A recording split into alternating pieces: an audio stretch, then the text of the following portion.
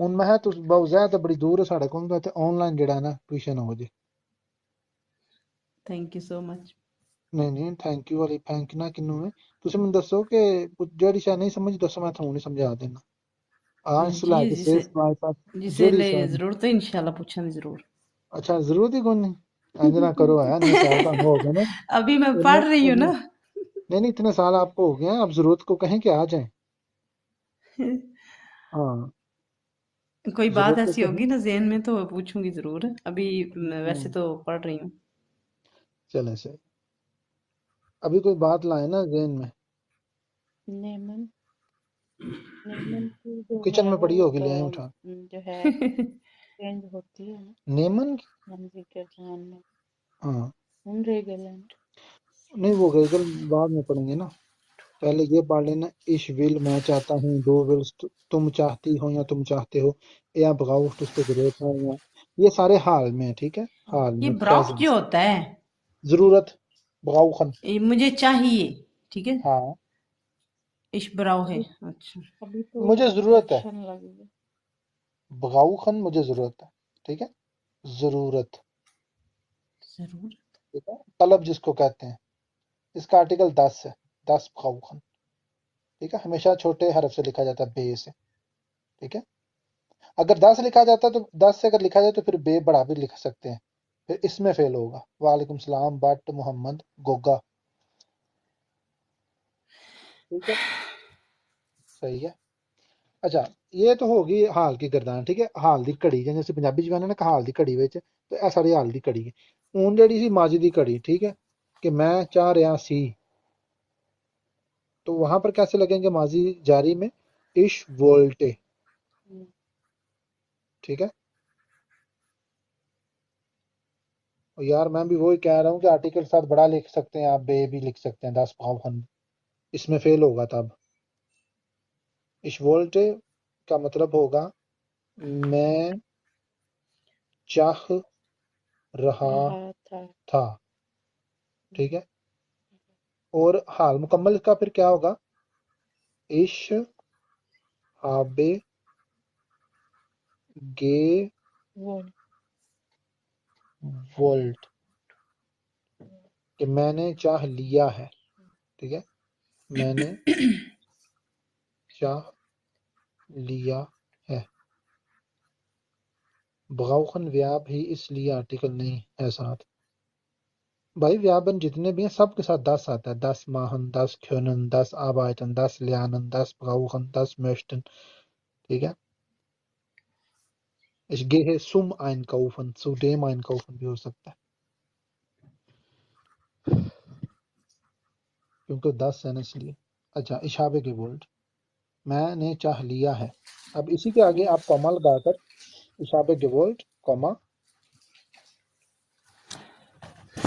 10 क्यों आता है उसके साथ वो एक बंदा पूछ रहा है कि 10 क्यों आता है अफाल के साथ तो 10 जो है वो एक असूल है फिक्स रूल है और या तो किताब फाड़ के ले आ पढ़ गए इन्होंने कौन सी वाली वो डिक्शनरी लेकर आओ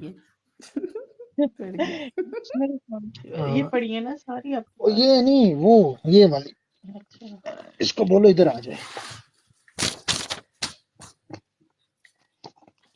अच्छा यहाँ पर वो किधर वो व्यापन किधर है सारे